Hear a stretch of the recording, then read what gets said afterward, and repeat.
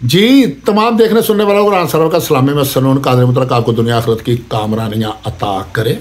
इस वक्त पीटीआई की लीडरशिप के नाम पे जो अदारों के एजेंट बने हुए हैं वो ये समझते हैं कि हमें कोई नहीं जानता, सारे जानते हैं, सारे समझते हैं।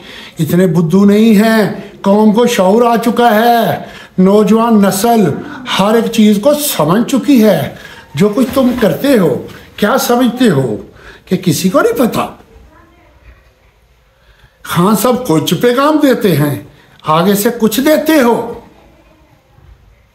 खान साहब कहते हैं एहतजाज करो और आगे से क्या कहते हो जी, बाहर निकल के पुरअमन तरीके से। ओ भाई पुरअमन एहतजाज ही होता है, लेकिन जब कोई आगे से आपको डंडे मारे और आप पे गोलियां चलाए तो उसका क्या मतलब है। ओ भाई इन बुनियादों, इन तरीकों पे कौम कंफ्यूज हो जाती है। नौजवान सोचते हैं कि यार हम मार खाने के लिए क्यों जाएं, तशद्दुद बर्दाश्त करने के लिए हम क्यों जाएं। और तुम लोग जो, बड़ी अजीब बात है और कैसे बयानात दे रहे हैं,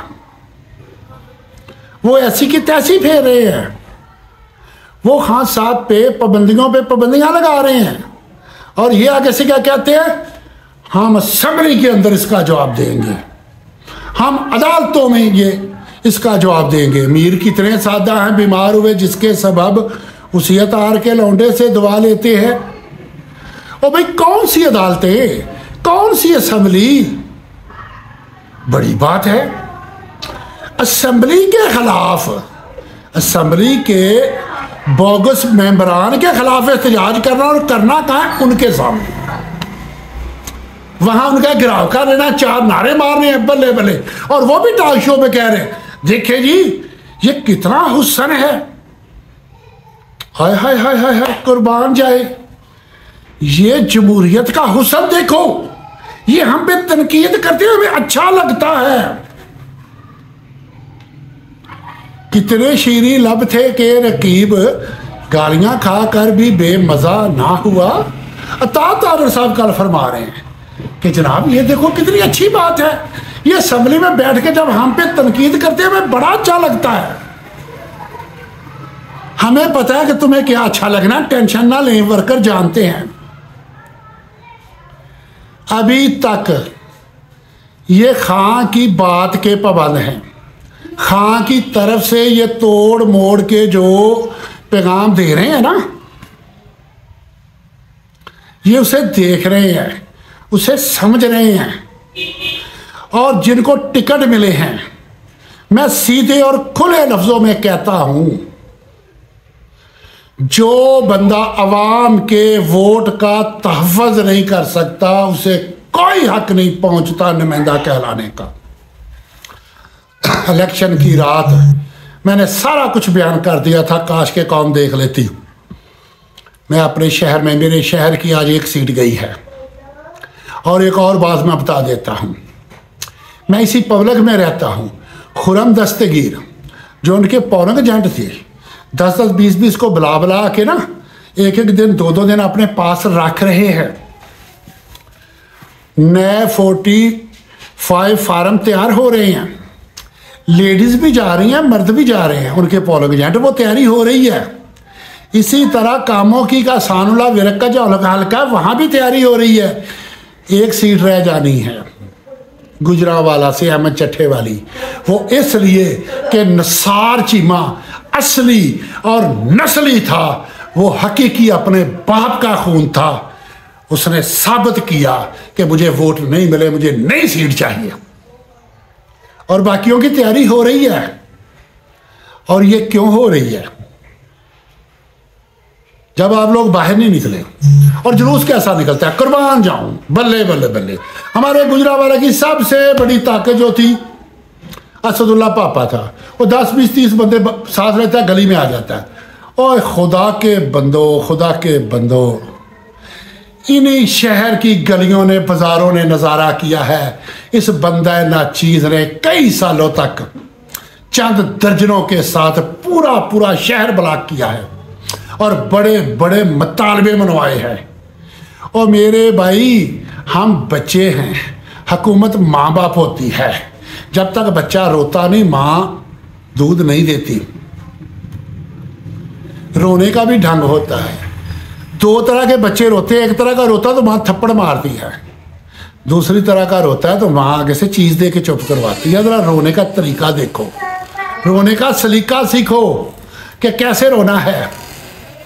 अच्छा देखो, हुकूमत खान साहब की मुलाकातों पे पाबंदी लगा रही है और आगे से जनाब क़यादत क्या फरमा रही है, हम जनाब अकाउंट कमेटी में आपका एहतसाब करेंगे। वेरी गुड भाई, ये हमारे गांव की एक मिसाल है। किसी ने किसी को मारा तो उसने आगे से ना पंजाबी में कहा मैं तेरे गोए भन देने ने। वहां से मिसाल बन गई, गोए भनिया वैर नहीं मुकते। ये ना गोबर होता है जानवरों का, इसके ओपले बना के रख देते हैं ना। उसने मारा तो उसने कहा मैंने थोड़े गोए भन देने ने। अब ये हुकूमत को कह रहे हैं हमने आपके ना गोए भन देने ने। कोई शर्म करो, कोई इंसानियत अख्तियार करो। ये वर्कर कारकुन इतने बुद्धू और बेवकूफ़ नहीं है कि तुम्हें नहीं जानते, तुम्हारी करतूतों को, तुम्हारी हकीकतों को नहीं जानते। नहीं निकल सकते ये एक काज के लिए है, सारा कुछ कर सकते हैं।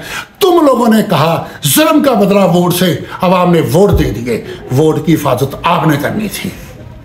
मैं सारी रात चीखता रहा, चलाता रहा, अवाम आपके साथ है। हर डेरे पे हज़ारों लोग थे। जाओ जाके आर ओ के दफातर का घिराव कर लो और वहाँ से नोटिफिकेशन ले लो। नहीं लिया तो इसमें अवाम का क्या कसूर है।